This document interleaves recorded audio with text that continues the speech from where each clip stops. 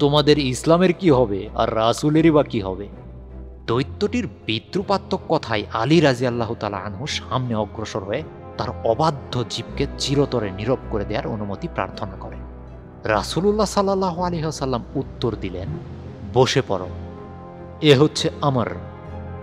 আলী রাদিয়াল্লাহু তাআলা আনহু তার স্থানে ফিরে যান।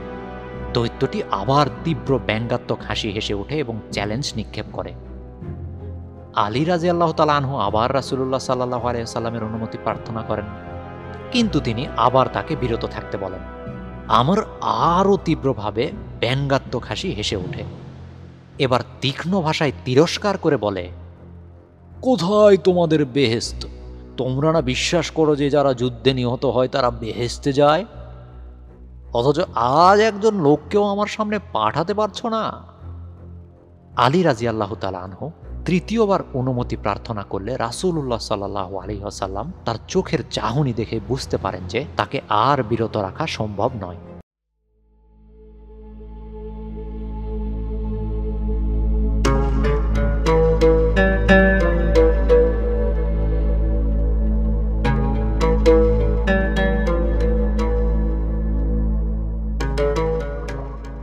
দেশ এবং দেশের বাইরে থেকে যারা আমাদের এই বিশেষ আয়োজনটি শুনছেন তাদের সবাইকে জানাই রমাদানুল মুবারকের শুভেচ্ছা। রমাদানুল মুবারক স্পেশাল এপিসোডসে আজ আপনারা শুনবেন ইসলামের অন্যতম শ্রেষ্ঠ বীর খালিদ বিন ওয়ালিদের জীবনী নিয়ে রচিত গ্রন্থ দ্য সোর্ড অব আল্লাহ এর বাংলা অনুবাদ আল্লাহর তলোয়ারের তৃতীয় পর্ব খন্দকের যুদ্ধ। এ পর্বে আপনারা জানতে পারবেন খন্দকের যুদ্ধের প্রেক্ষাপট ও পরিণতি। তাহলে চলুন শুনে নেওয়া যাক।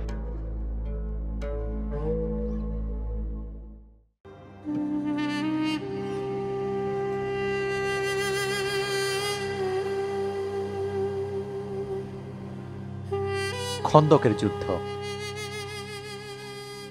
মক্কায় ফেরার পরও বেশ কয়েকদিন উহুদ যুদ্ধের ঘটনাবলী খালিদের চিন্তা চেতনাকে আচ্ছন্ন করে রাখে। তিনি বারবার ভাবতে থাকেন, মুসলিম তীরন্দাজগণ নিজ অবস্থান ত্যাগ করলে কি অদ্ভুত একটা সুযোগ তার সামনে উপস্থিত হয় এবং কত দ্রুত ও দক্ষতার সঙ্গে তার সদ্য ব্যবহার কল্পে তিনি সৈন্য পরিচালনা করেন। পরবর্তীকালেও খালিদ রাদিয়াল্লাহু তাআলা আনহু অনেক যুদ্ধেই এরূপ পাল্টা আক্রমণ পরিচালনা করেছিলেন, কিন্তু মুসলমানদের সাহস ও ধৈর্যের ব্যাপারটি তার অন্তরকে ভীষণভাবে নাড়া দেয়। এটা তার নিকট অস্বাভাবিক মনে হয় যে কিভাবে একটা ক্ষুদ্র বাহিনী কয়েক গুণ শক্তিশালী শত্রুর দ্বারা চারিদিক থেকে আক্রান্ত হয়েও তাদের নেতা ও বিশ্বাসের জন্য শেষ মুহূর্ত পর্যন্ত পর্বত প্রমাণ দৃঢ়তার সঙ্গে যুদ্ধ করে যেতে পারে। মুসলমানরাও তো কোরেশ ও অন্যান্য আরব গোত্রের লোক। সম্ভবত নতুন বিশ্বাস ইসলাম তাদের মধ্যে এমন এক শক্তির সৃষ্টি করতে পেরেছে যা অন্য কোনো ধর্মবিশ্বাস পারে না। হয়তো মুহাম্মদ সাল্লাল্লাহু আলাইহি ওয়াসাল্লামের ব্যক্তিত্বের মধ্যে এমন মোহনীয় শক্তি ছিল যা অন্য নেতাদের মধ্যে অনুপস্থিত। খালিদের অন্তরে এই জাতীয় চিন্তাভাবনা দানা বাঁধলেও এখন পর্যন্ত নতুন বিশ্বাসের প্রতি তিনি কোনো প্রকার দুর্বলতা প্রকাশ করেন না। তিনি পুনরায় মুসলমানদের মোকাবেলা করার চিন্তা করতে থাকেন, তবে পূর্বের ন্যায় গভীর তিক্ততা ও ঘৃণা সহকারে নয়। একজন খেলোয়াড় যেমন স্বাভাবিকভাবে তার পরবর্তী প্রতিযোগিতার কথা চিন্তা করে, তিনিও তদ্রূপ মুসলমানদের সঙ্গে পরবর্তী যুদ্ধের কথা ভাবতে থাকেন। খালিদ স্বভাবসিদ্ধভাবেই শৌর্যবীর্য সহকারে উত্তম জীবনযাপন করতে থাকেন। পরবর্তী 2 বছর মুসলিম ও কুরাইশদের মধ্যে কোনো সরাসরি সংঘর্ষ হয় না। অবশ্য এই সময়ের মধ্যেই রাজি নামক স্থানে একটি নির্মম ও হৃদয় বিদারক ঘটনা ঘটে, যা মক্কা ও মদিনার সম্পর্ককে তিক্ততর করে তোলে। এই ঘটনাটি ঘটে 625 খ্রিস্টাব্দের জুলাই মাসে। একদিন কয়েকজন লোক রাসূলুল্লাহ সাল্লাল্লাহু আলাইহি ওয়াসাল্লামের নিকট এসে তাদেরকে নিজ গোত্রের প্রতিনিধি হিসেবে পরিচয় দিয়ে ইসলাম গ্রহণের ইচ্ছা প্রকাশ করে এবং কুরআন ও ইসলামী জীবনধারা সম্পর্কে ব্যাখ্যা দিতে সক্ষম এমন কয়েকজন মুসলমানকে তাদের সঙ্গে দেওয়ার অনুরোধ জানায়, যারা তাদের গোত্রের নিকট সত্য বিশ্বাস ইসলামকে উপস্থাপন করবে। রাসূলুল্লাহ সাল্লাল্লাহু আলাইহি ওয়াসাল্লাম এই কাজের জন্য তার 6 জন সঙ্গীকে মনোনীত করেন। মনোনীত ব্যক্তিগণ ইসলাম প্রচারের সুযোগ পেয়ে গর্বিত চিত্তে উক্ত প্রতিনিধি দলের সঙ্গে মদিনা ত্যাগ করেন। এই দলটি উসফানের অদূরে রাজি নামক স্থানে পৌঁছালে আমন্ত্রণকারী উক্ত গোত্রের উৎপেতে থাকা 100 জন যোদ্ধার দ্বারা আকস্মিকভাবে আক্রান্ত হয়। যাত্রার প্রারম্ভে এই ষড়যন্ত্র সম্পর্কে তাদের বিন্দুমাত্র ধারণাও ছিল না। তারা তরবারি কোষমুক্ত করে, কিন্তু কোনো প্রকার প্রতিরোধ সৃষ্টি করতে ব্যর্থ হয়। আক্রমণকারীগণ তাদের ৩ জনকে সেখানেই হত্যা করে এবং বাকি ৩ জনকে বন্দি করে মক্কার পথে যাত্রা শুরু করে। পথে একজন মুসলিম নিজেকে মুক্ত করতে সক্ষম হয় এবং একাই প্রতারক দুশমনের উপরে চড়াও হয়, কিন্তু সে অল্প সময়ের মধ্যে শাহাদত বরণ করে। শেষ পর্যন্ত যে ২ জন মুসলিমকে বন্দি অবস্থায় মক্কায় নেওয়া হয় তারা হলেন খুবায়ব বিন আদি এবং জায়েদ বিন দাসনা। তারা উভয় পূর্ববর্তী যুদ্ধে কাফিরদেরকে হত্যা করেছিল। এই সব নিহত ব্যক্তির আত্মীয় স্বজনগণ তাদেরকে খুব আগ্রহ সহকারে উচ্চ মূল্যে ক্রয় করে প্রতিশোধ গ্রহণের পরিকল্পনা নিয়েছিল। ঘটনাটি ছিল পবিত্র সফর মাসে, তাই সফর মাস শেষ না হওয়া পর্যন্ত বন্দীদের উপর কোনো প্রকার নির্যাতন করা হয় না। সফর মাস শেষ হওয়ার সঙ্গে সঙ্গেই তাদেরকে মক্কার উত্তর পশ্চিম দিকে তানিম নামক একটি জায়গায় নেওয়া হয়। সেখানে পূর্ব থেকেই শহরের দাস দাসী, নারী, শিশুসহ সকল অধিবাসী একত্রিত হয়েছিল। বন্দীদেরকে মাঠের মাঝখানে ২টো কঠোর খুঁটির নিকট নেওয়া হয়। তারা শেষবারের মতো নামাজ পড়তে চাইলে সে সুযোগও দেওয়া হয়। নামাজ শেষ হলে বন্দীদেরকে খুঁটি দুটোর সঙ্গে শক্ত করে বাঁধা হয়। তাদের উভয়কে পুনরায় মূর্তি পূজকের জীবনে ফিরে আসা অথবা মৃত্যুকে বরণ করা, এই দুটোর একটা বেছে নেওয়ার সুযোগ দেওয়া হয়। তারা উভয়েই মৃত্যুর পথকে বেছে নেয়। এরপর আবু সুফিয়ান উভয় বন্দির নিকট গিয়ে প্রস্তাব করে, তুমি কি চাও না যে তুমি তোমার বাড়িতে নিরাপদে থাকো এবং মোহাম্মদ বন্দী হয়ে এখানে তোমার জায়গায় আসে? তারা উভয়েই তাৎক্ষণিকভাবে বিনা দ্বিধায় এই প্রস্তাব প্রত্যাখ্যান করে বলে যে পৃথিবীর কোনো শাস্তি তাদের মনে মুহূর্তের জন্য এই ধরনের চিন্তাকে স্থান দিবে না। বিরক্ত ও রাগান্বিত হয়ে আবু সুফিয়ান ফিরে যায় এবং সঙ্গীদের উদ্দেশ্য করে মন্তব্য করে, আমি কোনো জনগোষ্ঠীকে তাদের নেতাকে এত ভালোবাসতে দেখি নাই। মোহাম্মদের অনুসারীগণ মোহাম্মদকে যেমন ভালোবাসে। প্রথম শহীদ হন জায়দ। একজন কৃতদাস তার বুক বরাবর বর্ষা নিক্ষেপ করলে সে অল্প সময়ের মধ্যে মৃত্যুর কোলে ঢলে পড়ে। এরপর আসে খুবায়বের পালা। তাকে হত্যার দৃশ্যটি একটি প্রদর্শনীর রূপ লাভ করে। বস্তুত মক্কার অধিবাসীগণ এই প্রদর্শনী উপভোগ করার জন্যই এখানে সমবেত হয়েছে।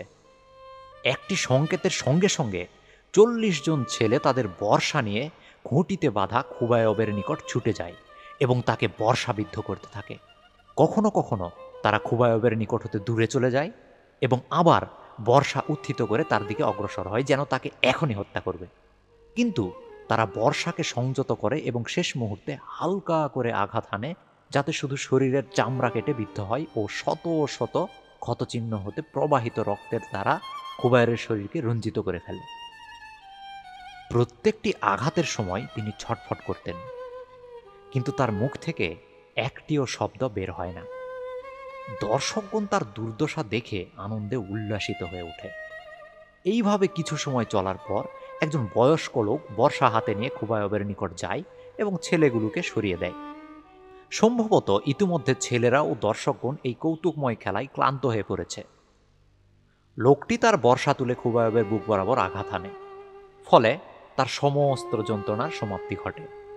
তারা মৃতদেহ দুটোকে ওই খুঁটিতে বাঁধা অবস্থায় পরিত্যাগ করে, যেন সেখানেই পচে যায়।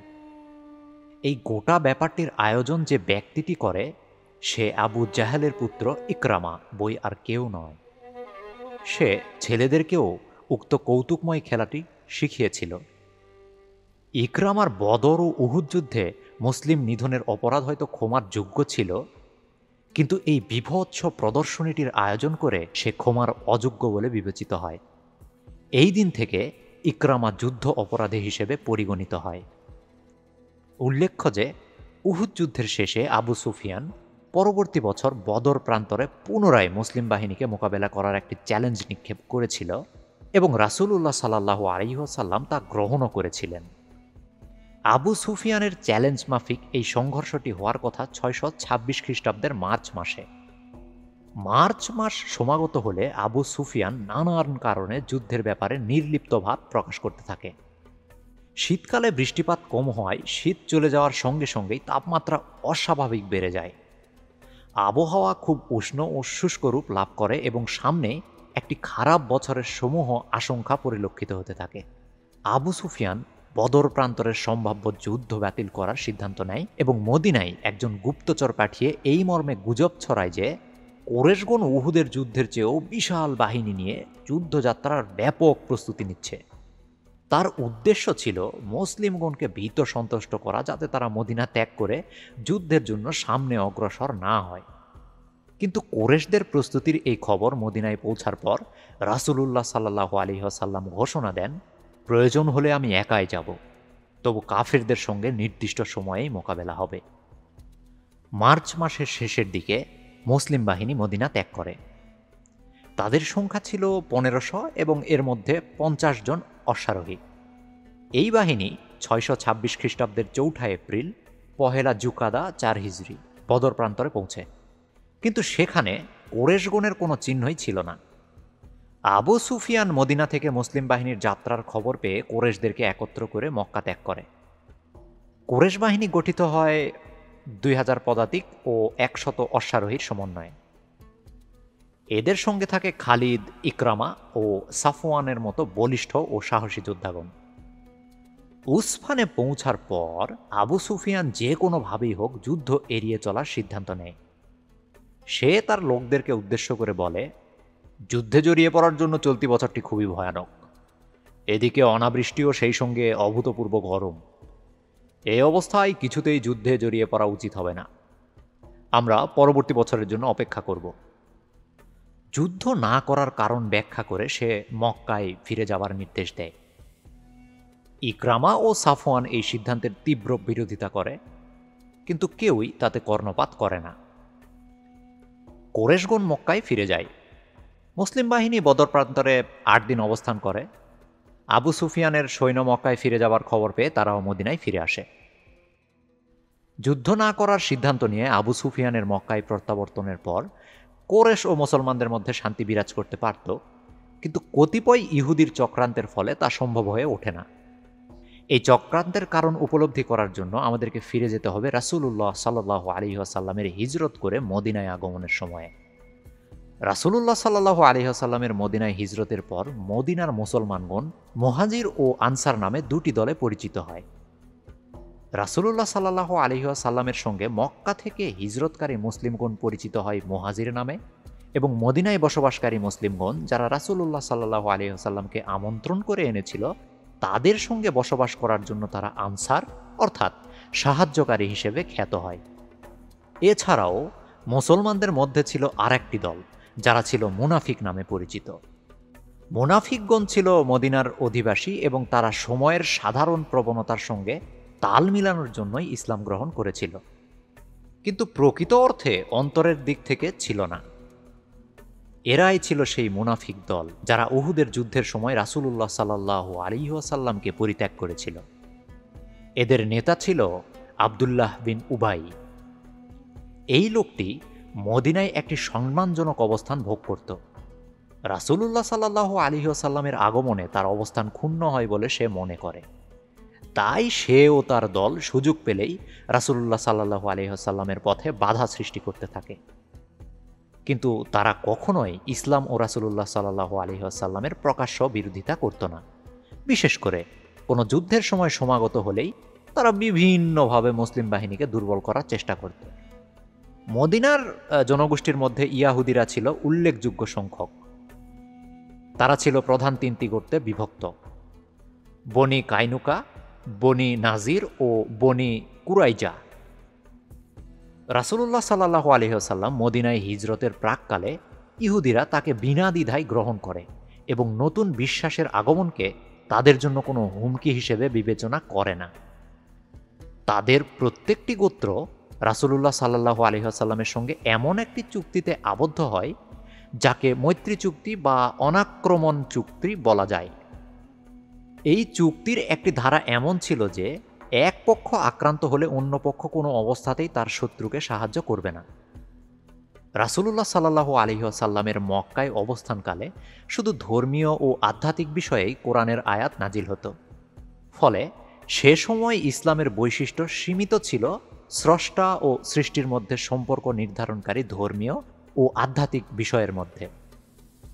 রাসূলুল্লাহ সাল্লাল্লাহু আলাইহি ওয়াসাল্লামের মদিনায় হিজরতের পর থেকে ইসলাম গতিশীল রূপ লাভ করে এবং মানব জীবনের সামাজিক, রাজনৈতিক, অর্থনৈতিক ক্ষেত্রসহ অন্যান্য দিকেও প্রবেশ করে। ইসলাম মানুষকে সমাজের একজন সক্রিয় সদস্য হিসাবে বিবেচনা করতে থাকে এবং সমাজকে মানুষের সুন্দর, প্রগতিশীল ও সমৃদ্ধ জীবনযাপনের ক্ষেত্র হিসেবে গড়ে তোলার ধারণা উপস্থাপন করে। ইসলামের এই গতিশীল চিন্তার সঙ্গে স্বাভাবিকভাবেই প্রচলিত জীবনধারা ও বিশ্বাসের বিরোধ সৃষ্টি হয়। পুরাতন ধর্মবিশ্বাসগুলোর মধ্যে ইহুদিবাদের সঙ্গে প্রথম বিরোধের সূত্রপাত হয়। বদর যুদ্ধে মুসলমানদের বিজয়ের পর ইহুদিরা তাদের অবস্থান সম্পর্কে সজাগ হয়। এরপর বনি কাইনুকা চুক্তির শর্তাবলী ভঙ্গ করে মুসলমানদের প্রকাশ্য বিরোধিতায় অবতীর্ণ হয়। রাসূলুল্লাহ সাল্লাল্লাহু আলাইহি ওয়াসাল্লাম তাদের কঠোর হস্তে দমন করেন এবং তারা আত্মসমর্পণে বাধ্য হয়। চুক্তিভঙ্গের শাস্তিস্বরূপ তাদেরকে মদিনা হতে বিতাড়িত করা হয় এবং তারা সিরিয়ায় চলে যায়।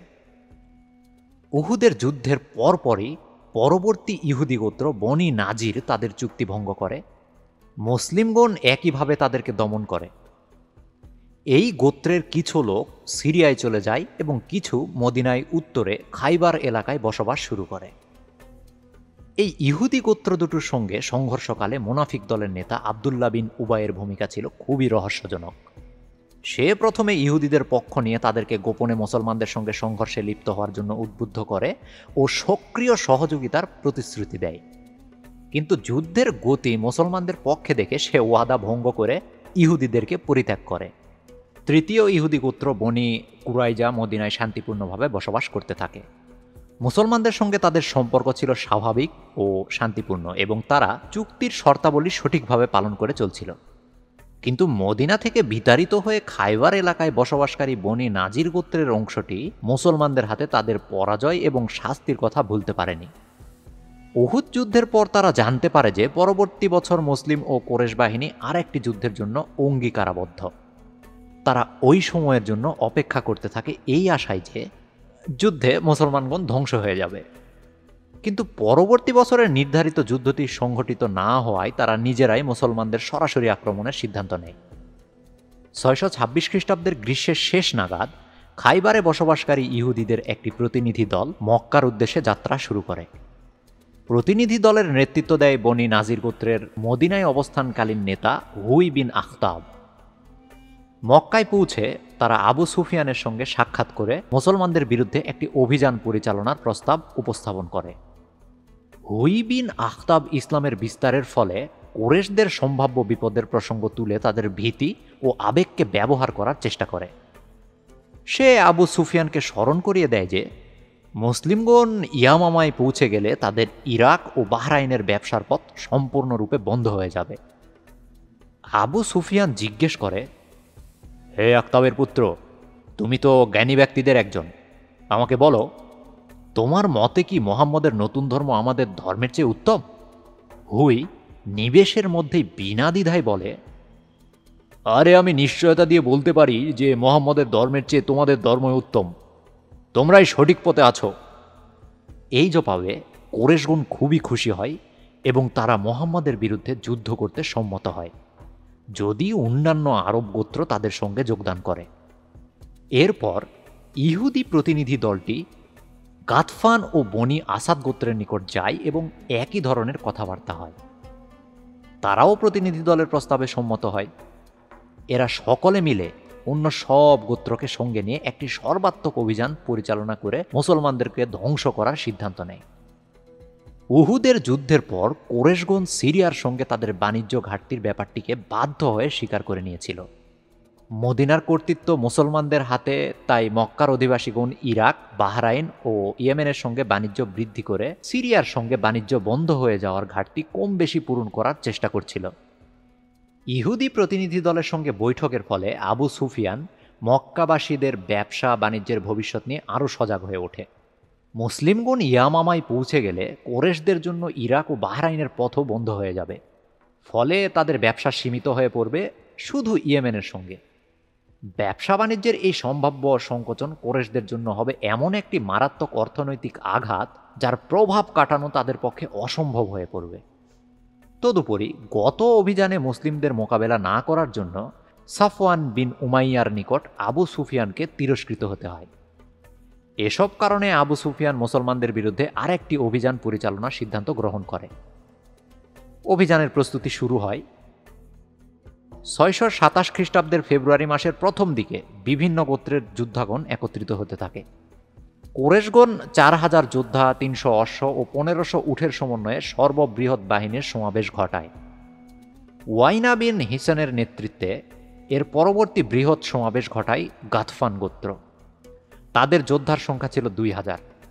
এছাড়াও বনি সুলায়ম গোত্র 700 ও তুলাইহা বিন খুওয়াজালদের নেতৃত্বে বনি আসাদ উপস্থিত করে অজ্ঞাত সংখ্যক যোদ্ধা। এখানে অজ্ঞাত সংখ্যক মানে অসংখ্য।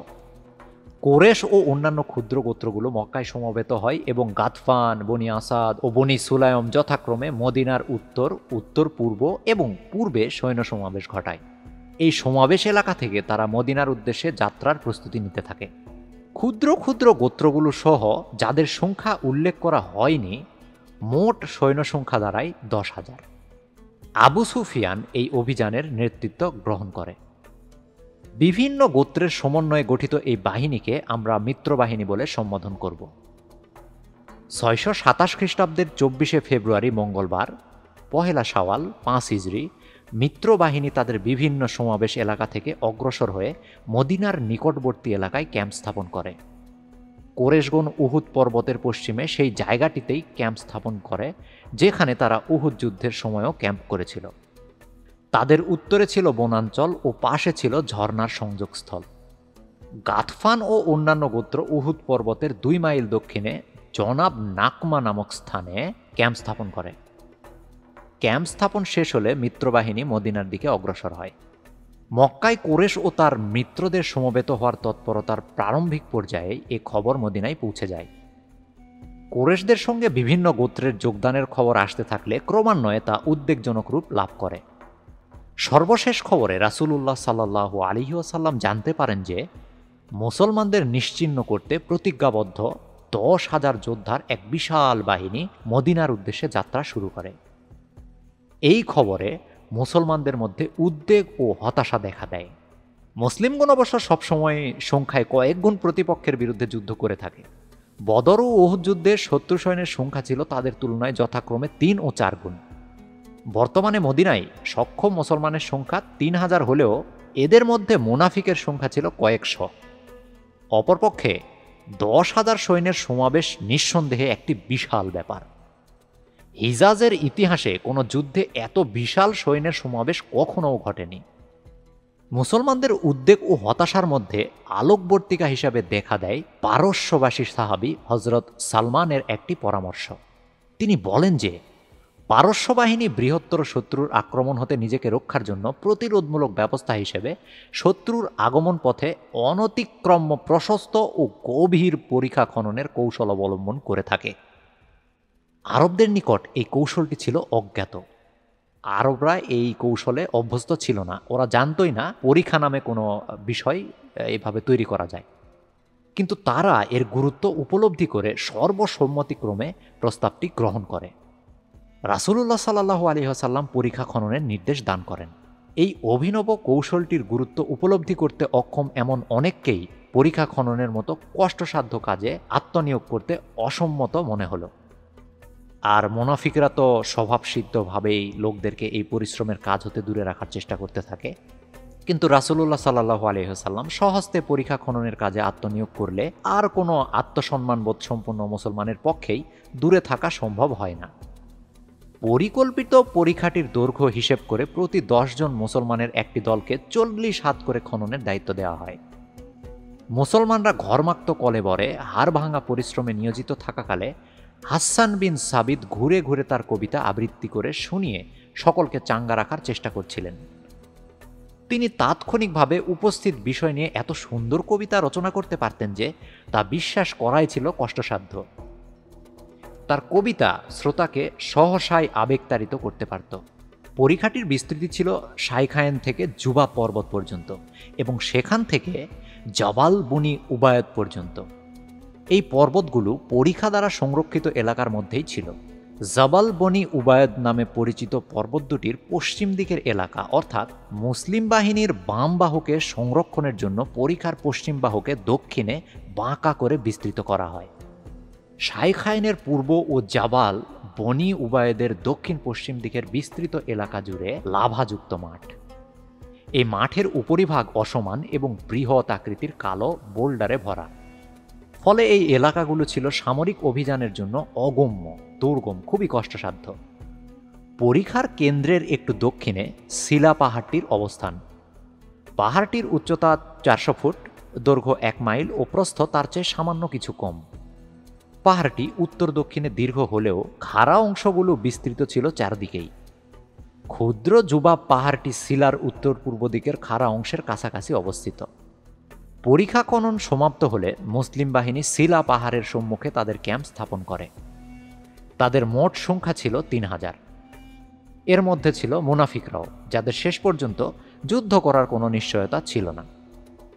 রাসূলুল্লাহ সাল্লাল্লাহু আলাইহি ওয়াসাল্লামের পরিকল্পনা ছিল তার বাহিনীর বৃহত্তম অংশকে কোথাও নিয়োজিত না করে মুক্ত রাখা, যাতে শত্রু পরিখার যে কোনো এলাকা অতিক্রম করতে সক্ষম হলে দ্রুত তার উপর আঘাত আনা সম্ভব হয়। শত্রুর আকস্মিক অভিযান প্রতিহত করার জন্য 200 যোদ্ধাকে গোটা পরিখাটি পাহারা দেওয়ার জন্য মোতায়েন করা হয়। তারা পিকেট হিসেবে পরিখার পার্শ্ববর্তী উঁচু পাহাড়ি এলাকাগুলোতে অবস্থান নেয়। 500 জনের একটি গতিময় বাহিনীকে নিয়োগ করা হয় টহল দিয়ে মদিনার বিভিন্ন গুরুত্বপূর্ণ স্থাপনাগুলোর উপর লক্ষ্য রাখা ও যে কোনো প্রকার অনুপ্রবেশকারীকে প্রতিরোধ করার জন্য। পরিখার দ্বারা সংরক্ষণ করা যায়নি এমন এলাকাগুলোর প্রতিও লক্ষ্য রাখার দায়িত্ব তাদের উপর ন্যস্ত করা হয়। তখন মদিনা শহর ছিল কিছু স্থাপনা ও দুর্গের সমন্বয়ে গঠিত, আর শহরের কেন্দ্রে ছিল মসজিদে নববী। যুদ্ধক্ষেত্রটি ছিল মদিনা থেকে উত্তর ও উত্তর পশ্চিমমুখী। মহিলা ও শিশুদেরকে যুদ্ধক্ষেত্র থেকে দূরবর্তী স্থানে অবস্থিত দুর্গ ও বাড়িগুলোতে রাখা হয়েছিল। সময়টি ছিল শীতকাল। অন্যান্য বারের তুলনায় শীত ছিল অত্যন্ত বেশি এবং তা পড়েছিল দীর্ঘদিন ধরে। কুরাইশগণ পরিখা থেকে হতভম্ব হয়ে যায়। তারা যে শক্তি নিয়ে যুদ্ধ করতে এসেছিল তাতে বিজয় ছিল নিশ্চিত। আবু সুফিয়ানও খুব আনন্দ ঘন চিত্তে বিজয়ের প্রত্যাশা নিয়েই যুদ্ধযাত্রা করেছিল। কিন্তু সে পথে বাদ সাধল এই পরিখাটি। বলা হয় যে পরিখার পশ্চিম অংশও মাজাদে শেষ হয়েছে। বিস্মিত আবু সুফিয়ানের মুখ দিয়ে বেরিয়ে যায়, ও আল্লাহ, এই অভিনব কৌশল তো আরবদের নয়। বীর ধর্মে বিশ্বাসী সাধারণ আরবদের মনে এই ধরনের যুদ্ধ কৌশলের কোনো স্থানই ছিল না। যাই হোক, মিত্রবাহিনী সামনে অগ্রসর হয়ে পরিখার উত্তর ও উত্তর পশ্চিম এলাকা বরাবর সৈন্য মোতায়েন করে। তারা দীর্ঘ 23 দিন ধরে এলাকাটি অবরোধ করে রাখে। তারা দিনের বেলা পরিখার কাছাকাছি এসে তীর বিনিময় করত এবং রাতে ক্যাম্পে ফিরে যেত। মুসলিম বাহিনী মাত্র 200 যোদ্ধা মোতায়েন করে পরিখার নিচ পার পাহারা দিত। সাধারণত দিনের বেলা এবং কখনো কখনো রাত্রেও মিত্রবাহিনী পরিখাটি অতিক্রম করার মতো উপযুক্ত স্থানের সন্ধানে ব্যস্ত থাকত। তারা ঘটনাক্রমে অনেক পরে অনুরূপ একটি স্থান খুঁজে পায়। অবরোধের প্রথম 10 দিন উভয় পক্ষের কোনো সিদ্ধান্ত ছাড়াই অতিক্রান্ত হয়। উভয় বাহিনীর মনোবলই পরিস্থিতির চাপে খুবই সঙ্গীন হয়ে যায়। তবে তারা যে কোনো পরিস্থিতিতে একে অপরের মোকাবেলা করার ব্যাপারে অটল থাকে। মুসলিমগণ ক্ষুধার তাড়না উপলব্ধি করতে থাকে। মদিনায় খাদ্য মজুদ তেমন একটা ছিল না। এর ফলে মুসলিম বাহিনীর রেশনের সরবরাহ অর্ধেকে নেমে আসে। আর এই সুযোগে মোনাফিকগণ প্রকাশ্যে রাসূলুল্লাহ সাল্লাল্লাহু আলাইহি সাল্লামের সমালোচনা শুরু করে। পরিখার খনন চলাকালীন সময়ে রাসূলুল্লাহ সাল্লাল্লাহু আলাইহি সাল্লাম মুসলমানদেরকে এই বলে আশ্বস্ত করেছিলেন যে অল্প কয়েক বছরের মধ্যেই রোম ও পারস্য সাম্রাজ্য ধ্বংস করা সম্ভব হবে এবং তাদের বিশাল সম্পদ রাজ্য মুসলমানদের হস্তগত হবে। মুনাফিকরা এখন বলতে শুরু করে, মুহাম্মদ আমাদেরকে সিজারের সম্পদের অধিকারী করতে প্রতিজ্ঞাবদ্ধ, অথচ আজ সে আমাদেরকে এই ক্ষুদ্র সমস্যা থেকে উদ্ধার করতে অক্ষম। প্রকৃত ঈমানদারগণ তাদের বিশ্বাসে এবং নেতার প্রতি আনুগত্যে অনড় থাকে। পরিস্থিতির অবনতির কারণে মিত্রবাহিনীর সৈনিকদের মাঝেও অসন্তোষ দেখা দেয়। আরবগণ দীর্ঘস্থায়ী অবরোধের চেয়ে যুদ্ধের মাধ্যমে দ্রুত ফলাফল লাভে অভ্যস্ত। খারাপ আবহাওয়ার কারণে মিত্রবাহিনীর অনেকেই অসুস্থ হয়ে পড়ে। এরূপ দীর্ঘস্থায়ী অবস্থানের পরিকল্পনা না থাকায় তাদের মধ্যেও খাদ্যের অভাব দেখা দেয়। তবে যেহেতু তারা নিজেরা অবরুদ্ধ ছিল না, তাই আশেপাশের এলাকা থেকে খাদ্য সংগ্রহে তৎপর হয়ে ওঠে। আবু সুফিয়ান একটা উপায় বের করার জন্য সক্রিয়ভাবে চিন্তা শুরু করে। সে ইহুদি নেতা হুই এর সঙ্গে বৈঠকে বসে এবং তারা একটি সম্ভাবনাময় নতুন পরিকল্পনা প্রণয়নে সক্ষম হয়। ৭ই মার্চ শুক্রবার রাতে হুইয়ে চুপি চুপি বনি কুরাইজা গোত্রের আস্তানায় প্রবেশ করে। সে গোত্রের নেতা কাব বিন আসাদের সাক্ষাৎ প্রার্থী হয়। কাব তার আগমনের উদ্দেশ্য অনুমান করে প্রথমে দেখা করতে অস্বীকার করে, কিন্তু হুইয়ের বারংবার অনুরোধের মুখে শেষ পর্যন্ত রাজি হয়। হুই সুযোগের সদ্ব্যবহার করে এবং খুব ঠান্ডা মস্তিষ্কে ও বুদ্ধিমত্তার সাথে কাব ও তার অনুসারী ইহুদিদেরকে মুসলমানের পক্ষ ত্যাগ করে মিত্রবাহিনীতে যোগদানের জন্য উদ্বুদ্ধ করতে থাকে। কাব প্রথমে অস্বীকার করে। মোহাম্মদ আমাদের সঙ্গে তার চুক্তির সবগুলো শর্তই মেনে চলছে এবং তার বিরুদ্ধে আমাদের অভিযোগ করার কোনো কারণই নেই। সে হুইকে আরও বলে, তাছাড়াও তোমাদের যুদ্ধ জয়ের তো কোনো নিশ্চয়তা নেই। আমি না হয় তোমার প্রস্তাবে রাজি হলাম, কিন্তু অভিযান ব্যর্থ হলে তো তোমরা মক্কায় ফিরে যাবে। তখন আমি মোহাম্মদের চাপ কিভাবে সহ্য করব? হ্যাঁ। কিন্তু হুই কখনো হুমকি, কখনো প্রলোভন ও কখনো সাহায্য ভিক্ষার মাধ্যমে চাপ সৃষ্টি অব্যাহত রাখে এবং শেষ পর্যন্ত কাবকে মিত্রবাহিনীর সঙ্গে সমঝোতায় আনতে সক্ষম হয়। চুক্তির শর্ত অনুযায়ী মিত্রবাহিনী ও বনি কুরাইজা যুগপৎ আক্রমণ রচনা করবে। বনি কুরাইজার ক্যাম্প ছিল মদিনার 2 মাইল দক্ষিণ পূর্ব দিকে। তারা সেখান থেকে মুসলিম বাহিনীকে পিছন দিক থেকে আক্রমণ করে কিছু মুসলিমকে তাদের দিকে আকৃষ্ট করবে এবং এই সুযোগে মিত্রবাহিনী সম্মুখ দিক থেকে প্রচণ্ড আক্রমণ রচনা করবে। প্রস্তুতির জন্য বনি কুরাইজা 10 দিন সময় চেয়ে নেয় এবং সিদ্ধান্ত হয় যে এই 10 দিন কোরেশগণ মুসলিম বাহিনীকে ব্যস্ত রাখার জন্য ছোট ছোট অপারেশন চালাবে। এভাবে মদিনার ইহুদিদের সর্বশেষ দলটিও পূর্ববর্তীদের মতো মুসলমানদের সঙ্গে চুক্তিভঙ্গ করল। কিন্তু তারা কি জানতো যে এর জন্য কত বড় ক্ষতিপূরণ তাদেরকে দিতে হবে? রাসূলুল্লাহ সাল্লাল্লাহু আলাইহি ওয়াসাল্লাম এই চুক্তির ব্যাপারে নিশ্চিত হন অনেক পরে। তিনি এক রাতে কোরেশ ক্যাম্পে একজন গুপ্তচর পাঠিয়েছিলেন যেন এই চুক্তি সম্পর্কে কিছু কথাবার্তা শুনে আসে। কিন্তু সময়ের মধ্যে এই ব্যাপারে গুজবও শোনা যেতে থাকে। শেষ পর্যন্ত সাফিয়া ও জনৈক ইহুদির ঘটনা থেকে চুক্তিটির সত্যতা নিশ্চিত হয়। সাফিয়া ছিলেন রাসূলুল্লাহ সাল্লাল্লাহু আলাইহি ওয়াসাল্লামের ফুফু। অন্যান্য মহিলা ও শিশুদের সঙ্গে তিনিও মদিনার দক্ষিণ পূর্ব দিকে একটি ক্ষুদ্র দুর্গে আশ্রয় নিয়েছিলেন। উক্ত দুর্গে উপস্থিতদের মধ্যে কবি হাসানি ছিল একমাত্র পুরুষ। একদিন সাফিয়া দুর্গের উপর থেকে দেখতে পান একজন সশস্ত্র ইহুদি গোপনে দুর্গটির দেয়ালের পাশ দিয়ে পথ খুঁজছে। সাফিয়ার সঙ্গে সঙ্গে বুঝতে পারেন যে সে বনি কুরাইজার একজন স্কাউট এবং সে এসেছে তাদের আক্রমণ পরিকল্পনার জন্য তথ্য সংগ্রহ করতে। মুসলিম বাহিনীর অরক্ষিত পশ্চাতে আক্রমণ রচনার সময় এই ইহুদিটাই হয়তো হবে বনি কুরাইজার গাইড। সাফিয়া দ্রুত কবি হাসানের নিকট গিয়ে বললেন, হে হাসান, একজন ইহুদি গোপনে পথ খুঁজে বেড়াচ্ছে। সে হয়তো এই পথ দিয়ে বনি কুরাইজাকে পরিচালিত করবে পিছন দিক থেকে আক্রমণের জন্য। তুমি তো জানো যে আল্লাহর রাসূল যুদ্ধক্ষেত্রের সম্মুখে ব্যস্ত এবং তার পক্ষে কিছু সৈন্য সরিয়ে আমাদেরকে রক্ষার জন্য পাঠানো সম্ভব নয়। এই ইহুদিটিকে অবশ্যই হত্যা করতে হবে। যাও, তাকে এখনই হত্যা করো। কবি উত্তর দিলেন, হে মুত্তালিবের কন্যা, তোমার উপর আল্লাহর রহমত বর্ষিত হোক। তুমি তো জানোই এ ধরনের কাজ আমার দ্বারা সম্ভব নয়। কবির প্রতি তীব্র কটাক্ষ নিক্ষেপ করে সাফিয়া অস্ত্র তুলে নিয়ে কোমরবন্ধনী পরে নিজেই ইহুদির মোকাবেলা করার জন্য দুর্গ থেকে নিচে নামেন। এই অসীম সাহসিনী মহিলা ইহুদি গুপ্তচরটিকে হত্যা করতে সক্ষম হন। তিনি দুর্গে ফিরে হাসানকে বলেন, ওহে হাসান, যাও, মৃতদেহটির শরীর হতে পরিধেয় বস্ত্র ও মালামালগুলো নিয়ে নাও।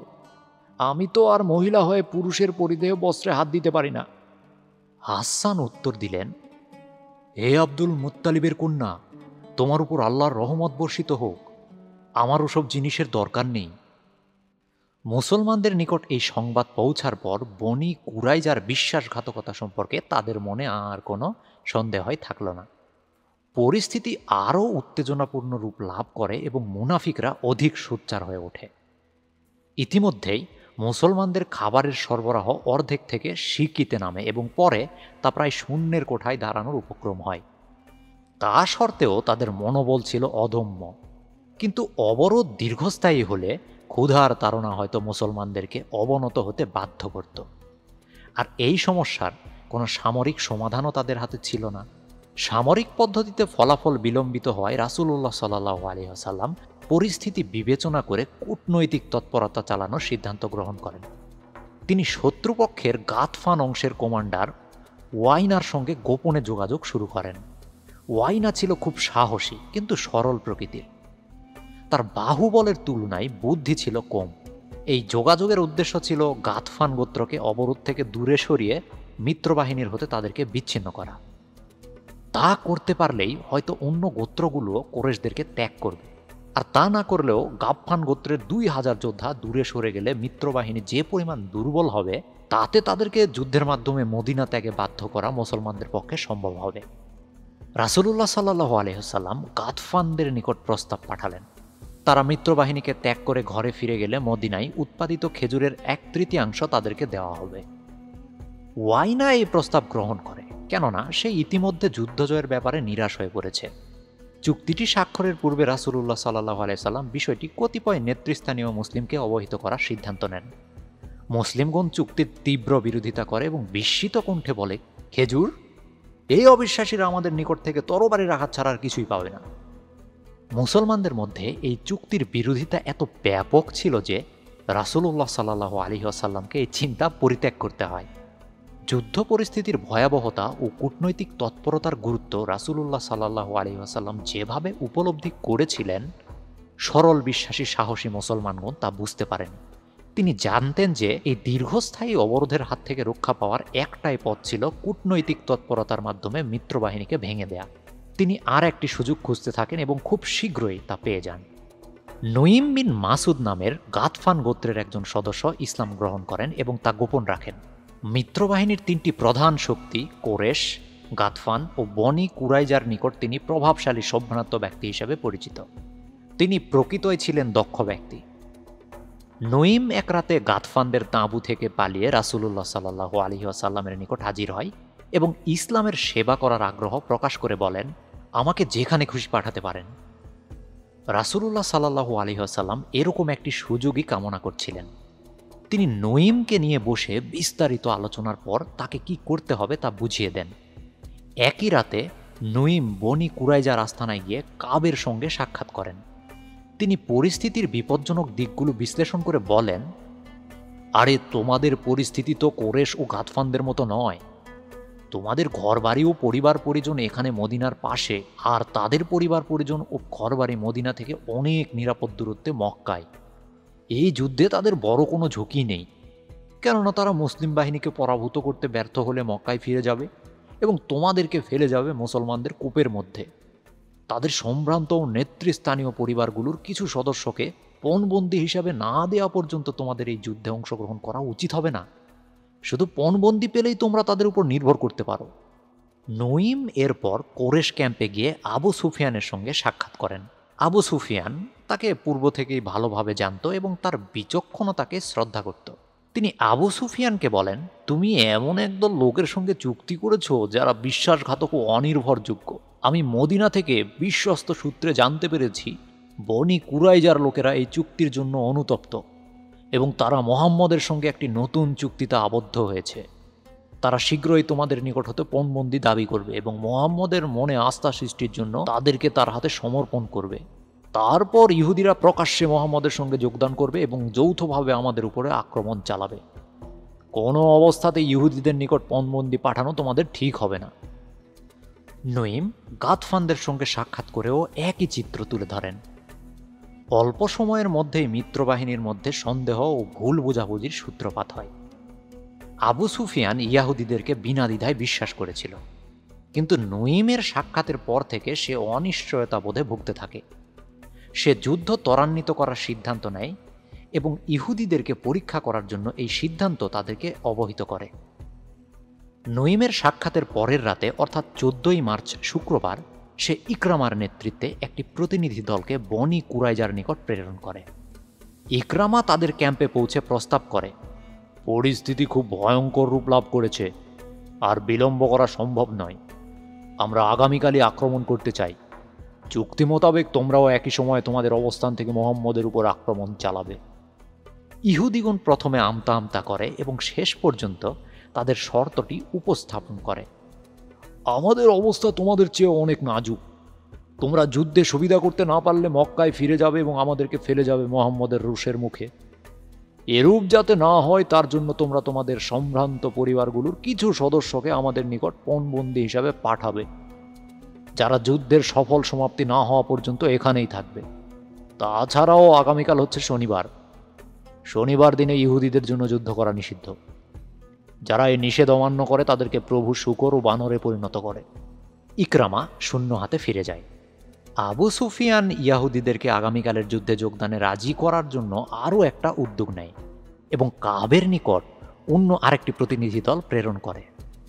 তারা ইহুদিদেরকে বলে, কোনো পণবন্দি দেওয়া হবে না, আগামীকালের যুদ্ধে অংশগ্রহণ করো। ইহুদিরা বলে, শনিবার কোনো যুদ্ধ নয়, তাছাড়াও যুদ্ধের পূর্বে পণবন্দি দিতে হবে। এই অভিজ্ঞতার পর মিত্রপক্ষ ও ইহুদিরা উভয়ে ভাবল, নঈম ঠিক কথাই বলেছিল, সে আমাদেরকে কত উত্তম পরামর্শ দিয়েছে। নঈম অত্যন্ত দক্ষতার সঙ্গে বনি কুরাইজাকে সন্তর্পণে মিত্রপক্ষ থেকে আলাদা করতে সক্ষম হয়। খালিদ ও ইকরামা অপেক্ষা করতে করতে ক্লান্ত হয়ে পড়ে। মিত্রপক্ষের দ্বারা কোনো সমন্বিত ও চূড়ান্ত আঘাত আনার সম্ভাবনা না দেখে তারা সিদ্ধান্ত নিজেদের হাতে তুলে নেয়। 15ই মার্চ শনিবার তারা তাদের অশ্বারোহী দল নিয়ে সামনে অগ্রসর হয়ে জুবাবের পশ্চিমে অবস্থান নেয়। এই এলাকায় পরিখাটি ছিল কিছুটা অপ্রশস্ত, যা অশ্বপৃষ্ঠে থেকে বা পদযোগে অতিক্রম করা সম্ভব। স্থানটি ছিল মুসলিম ক্যাম্পের সামনে এবং শিলা পাহাড়ের পাদদেশে। ইকরামার অশ্বারোহী দলটি প্রথমে অগ্রসর হয় এবং একটি ক্ষুদ্র অংশ লাফ দিয়ে পরিখা অতিক্রম করতে সক্ষম হয়। এদের সংখ্যা ইকরামা সহ ছিল মোট 7 জন। এদের মধ্যে একজন বিশাল আকৃতির লোক ছিল, যে তার বিশাল ঘোড়াটি নিয়ে সামনে অগ্রসর হয়ে মুসলমানদের অবস্থান জরিপ করতে থাকে।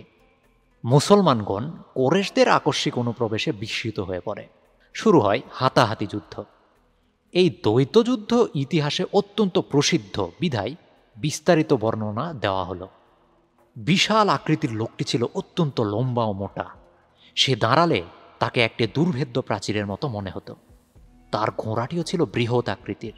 এই ঘোড়ার উপর উঠে বসলে তাকে সত্যই অবাস্তব কিছু একটা মনে হতো। বিশাল শক্তিশালী ও ভয়শূন্য এই লোকটির মুখের আকৃতিও ছিল ভয়ঙ্কর। তাঁর উপস্থিতি তার সঙ্গীদেরকে যেমন আশ্বস্ত করত, তদ্রূপ শত্রুদেরকে করত ভীত সন্ত্রস্ত। এই লোকটির নাম ছিল আমর বিন আবুদ উদ। আমরা তাকে পরবর্তীতে দৈত্য বলে উল্লেখ করব। সে অশ্বপৃষ্ঠে থেকে অজ্ঞতা ভরে মুসলমানদের দিকে স্থির দৃষ্টিতে তাকিয়ে থাকে। দৈত্যটি হঠাৎ মাথা তুলে গর্জন করে ওঠে, আমি আমর বিন আবুল উদ, আমি আরবের সর্বশ্রেষ্ঠ যোদ্ধা, আমি অপরাজিত। নিজের সম্পর্কে তার ধারণা ছিল অতি উঁচু। তোমাদের মধ্যে এমন কেউ আছো যে আমার সঙ্গে লড়তে চাও? মুসলমানগণ নীরবে তার চ্যালেঞ্জকে গ্রহণ করে। তারা একে অপরের দিকে তাকায়। তারা রাসূলুল্লাহ সাল্লাল্লাহু আলাইহি ওয়াসাল্লামের দিকেও তাকায়, কিন্তু কেউ সাড়া দেয় না, কারণ দৈত্যটি তার শক্তিমত্তা ও দক্ষতার জন্য ছিল বিখ্যাত। সে আজ পর্যন্ত দ্বৈত যুদ্ধে পরাজিত হয়নি এবং কোনো প্রতিপক্ষকেও অব্যাহতি দেয়নি। বলা হয় যে সে একাই ছিল 500 অশ্বারোহীর সমান। আরও বলা হয় যে সে জীবন্ত ঘোড়াকে তুলে মাটিতে আছাড় মারতে পারত এবং একটি বাছুরকে বাম হাতে তুলে যুদ্ধের সময় ঢাল হিসেবে ব্যবহার করতে পারত। তার সম্পর্কে এ ধরনের আরও অসংখ্য গল্প প্রচলিত ছিল। আরবদের তীব্র কল্পনা শক্তি তার অপ্রতিরোধ্য শক্তি সম্পর্কে অনেক কাহিনী তৈরি করেছিল। মুসলমানগণ এখনও নীরব। দৈত্যটি অবজ্ঞা সহকারে হেসে উঠল এবং পরিখার অপর পারে দাঁড়ানো কোরেশগণ তার হাসির সঙ্গে যোগ দিল। তারা পরিখার অপর পারের কাছাকাছি দাঁড়িয়ে সব কিছুই লক্ষ্য করছিল ও শুনতে পাচ্ছিল। তাহলে তোমাদের মধ্যে এমন কেউ নেই যার মধ্যে পৌরুষ আছে? হ্যাঁ, তাহলে তোমাদের ইসলামের কি হবে আর রাসূলেরই বা কি হবে? দৈত্যটির বিদ্রুপাত্মক কথায় আলী রাদিয়াল্লাহু তাআলা আনহু সামনে অগ্রসর হয়ে তার অবাধ্য জীবকে চিরতরে নীরব করে দেওয়ার অনুমতি প্রার্থনা করে। রাসূলুল্লাহ সাল্লাল্লাহু আলাইহি ওয়াসাল্লাম উত্তর দিলেন, বসে পড়ো, এ হচ্ছে আমর। আলী রাদিয়াল্লাহু তাআলা আনহু তার স্থানে ফিরে যান। দৈত্যটি আবার তীব্র ব্যঙ্গাত্মক হাসি হেসে ওঠে এবং চ্যালেঞ্জ নিক্ষেপ করে। আলী রাদিয়াল্লাহু তাআলা আনহু আবার রাসূলুল্লাহ সাল্লাল্লাহু আলাইহি ওয়াসাল্লামের অনুমতি প্রার্থনা করেন, কিন্তু তিনি আবার তাকে বিরত থাকতে বলেন। আমর আরও তীব্রভাবে ব্যঙ্গাত্মক হাসি হেসে ওঠে। এবার তীক্ষ্ণ ভাষায় তিরস্কার করে বলে, কোথায় তোমাদের বেহেশত? তোমরা না বিশ্বাস করো যে যারা যুদ্ধে নিহত হয় তারা বেহেশতে যায়?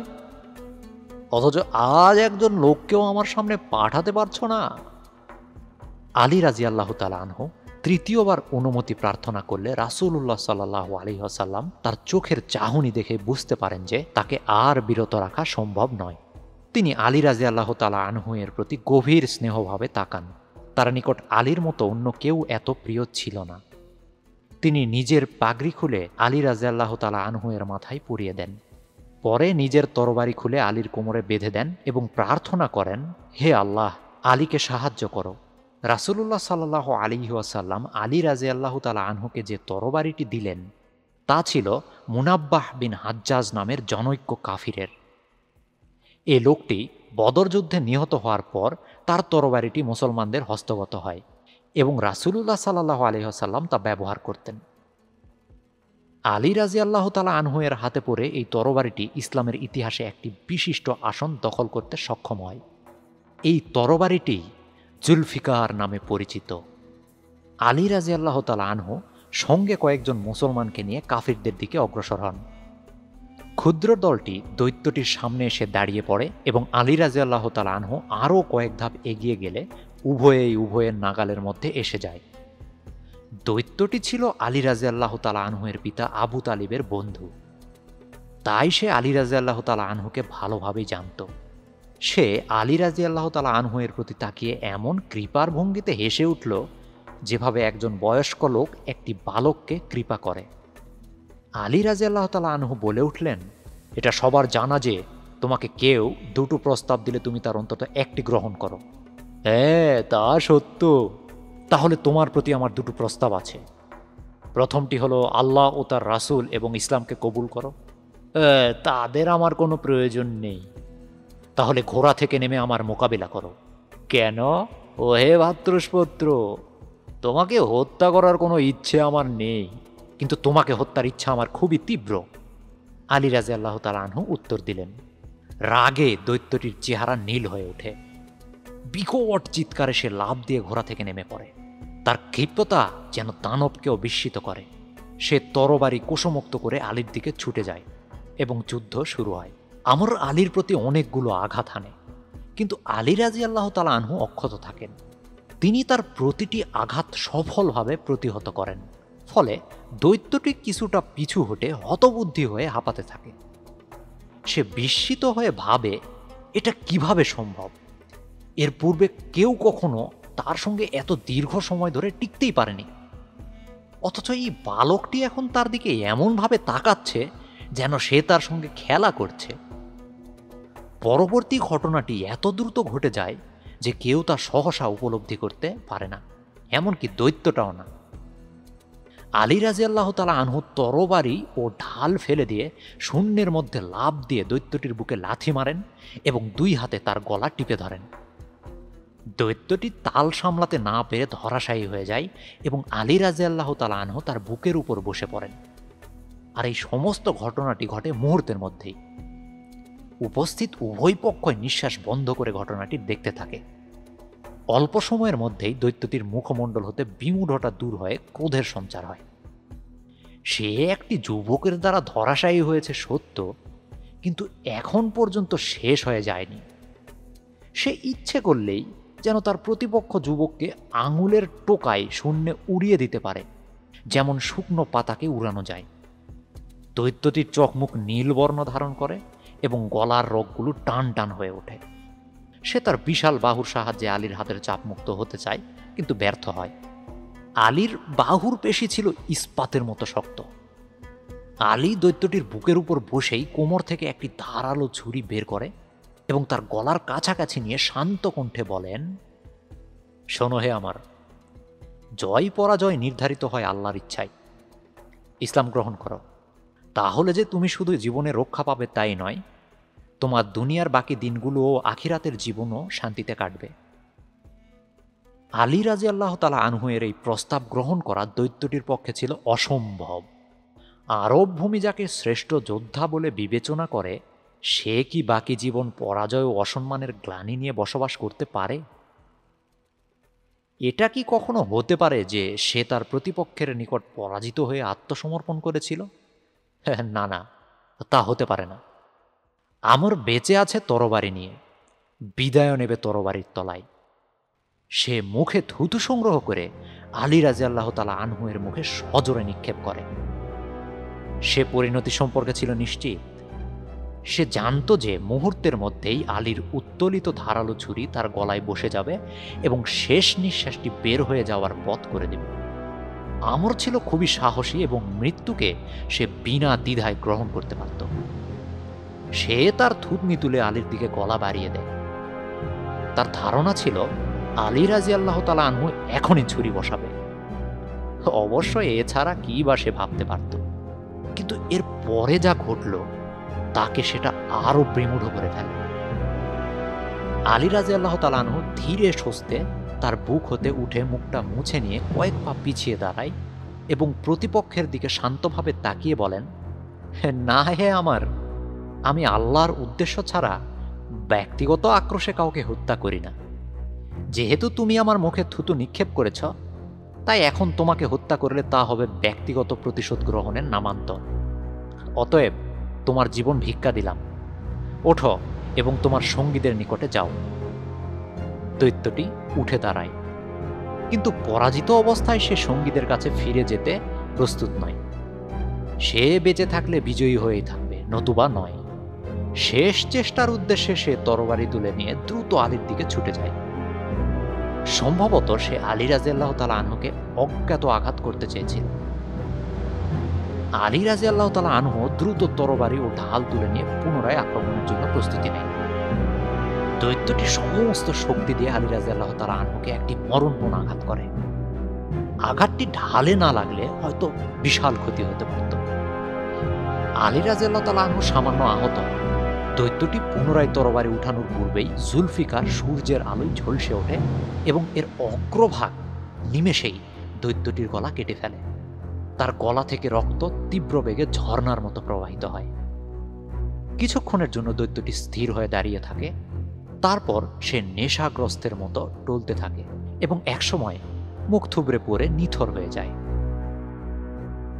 ভূমণ্ডল অনেক বিশাল, তাই হয়তো সে দৈত্যটির পতনে কম্পিত হয়নি, কিন্তু তার পতনে 2000 মুসলমানের মুখ হতে যে আল্লাহু আকবার ধ্বনি নিঃসৃত হয়, তা পার্শ্ববর্তী শিলা পর্বতকে প্রকম্পিত করে। এই অশ্রুতপূর্ব তাকবীর ধ্বনি মরুর বুকে মিশে যাওয়ার পূর্বে আরব উপত্যকার চারিদিকে আকাশে বাতাসে ধ্বনিত প্রতিধ্বনি হতে থাকে। মুসলমানগণ এখন বাকি 6 জন কোরেশের প্রতি ধাবিত হয়। সংঘর্ষ শুরু হলে কিছুক্ষণের মধ্যেই কোরেশগণ পালাতে শুরু করে। ইকরামা হাতের বর্শা ফেলে দিয়ে এক লাফে পরিখা পার হয়ে যায়। খালিদের চাচাতো ভাই নুফাউল বিন আবদুল্লাহ পার হতে গিয়ে পরিখার মধ্যে পড়ে যায়। মুসলিমগণ তার প্রতি পাথর নিক্ষেপ করতে থাকলে সে আঘাতে আঘাতে জর্জরিত হয়ে মিনতি করে বলে, হে আরবগণ, এর চেয়ে মৃত্যু অনেক ভালো। তখন আলী রাদিয়াল্লাহু তাআলা আনহু পরিখায় নেমে তাকে হত্যা করে বাধিত করেন। মুসলমানরা ক্যাম্পে ফিরে যায় এবং পরিখার উক্ত স্থানে শক্তিশালী প্রহরী মোতায়েন করে। পরদিন বিকেলে খালিদ তার অশ্বারোহী দল নিয়ে অগ্রসর হয়। তার ইচ্ছা ছিল ইকরামা যেখানে ব্যর্থ হয়েছে সেখানে সে সফল হবে। তিনি পরিখাটি অতিক্রম করার চেষ্টা করেন, কিন্তু মুসলিম বাহিনী ছিল খুবই সজাগ। প্রচুর তীর বিনিময় হয়। উভয় পক্ষে একজন করে নিহতও হয়। খালিদ রাদিয়াল্লাহু তাআলা আনহু পরিখা অতিক্রমে ব্যর্থ হন।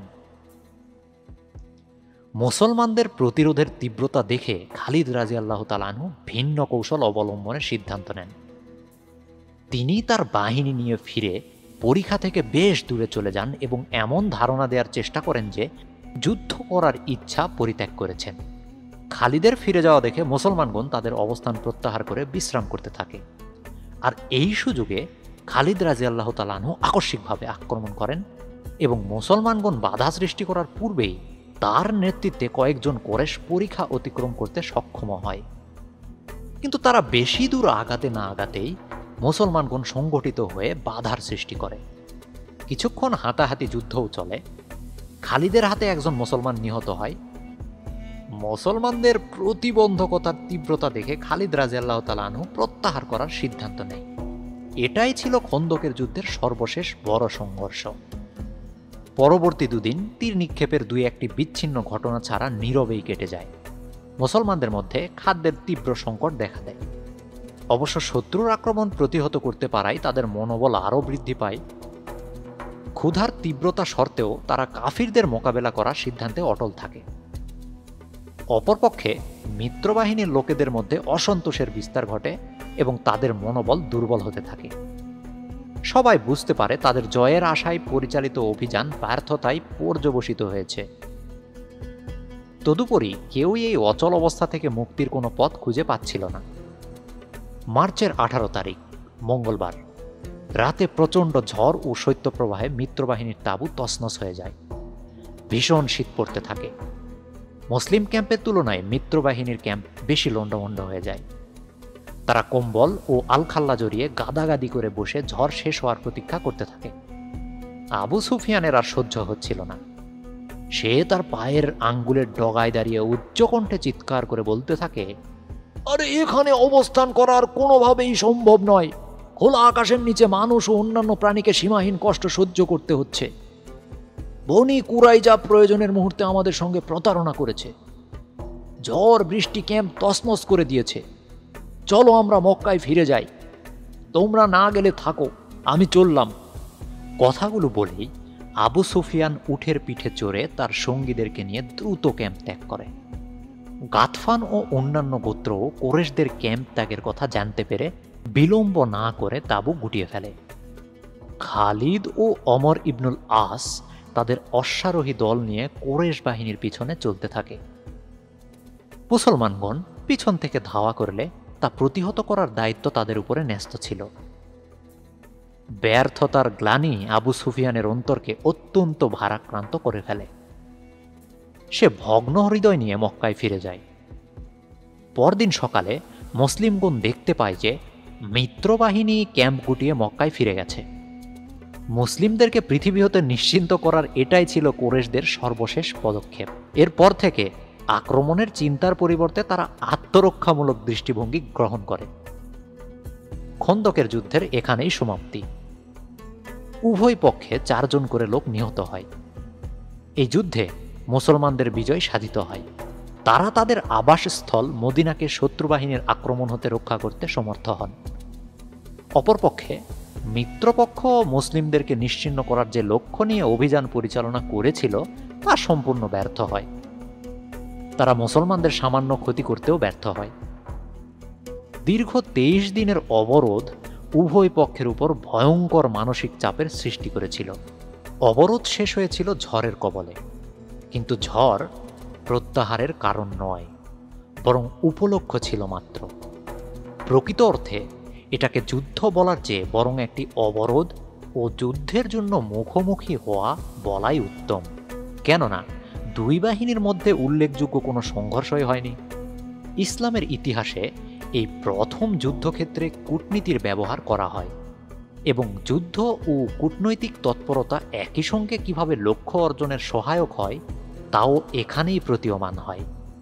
জাতি লক্ষ্য অর্জনে রাজনৈতিকভাবে ব্যর্থ হলে সশস্ত্র বাহিনীর ব্যবহার করা হয় এবং এই সশস্ত্র বাহিনীর ব্যবহার হচ্ছে যুদ্ধের একটি দিক এবং ধ্বংসাত্মক দিক। সশস্ত্র সংঘাত অনিবার্য হয়ে পড়লে কূটনৈতিক তৎপরতার মাধ্যমে শত্রুকে দুর্বল ও বন্ধহীন করে বিজয়ের নিশ্চিত লক্ষ্যে সৈন্য পরিচালনা করা হয়। রাসূলুল্লাহ সাল্লাল্লাহু আলাইহি ওয়াসাল্লামও তাই করেছিলেন। তিনি কূটনৈতিক তৎপরতার মাধ্যমে শত্রুকে সংখ্যা ও মনের দিক থেকে দ্বিধা বিভক্ত করেছিলেন। অধিকাংশ মুসলিম প্রথমে রাসূলুল্লাহ সাল্লাল্লাহু আলাইহি ওয়াসাল্লামের এই কৌশল বুঝতেই পারেনি। পরবর্তীতে তারা তাদের নেতার নিকট হতে শিক্ষা লাভ করে যুদ্ধ মানে হচ্ছে কৌশল। রাসূলুল্লাহ সাল্লাল্লাহু আলাইহি ওয়াসাল্লামের এই উক্তিটি পরবর্তী মুসলিম অভিযানগুলোতে বারবার স্মরণ করা হতো।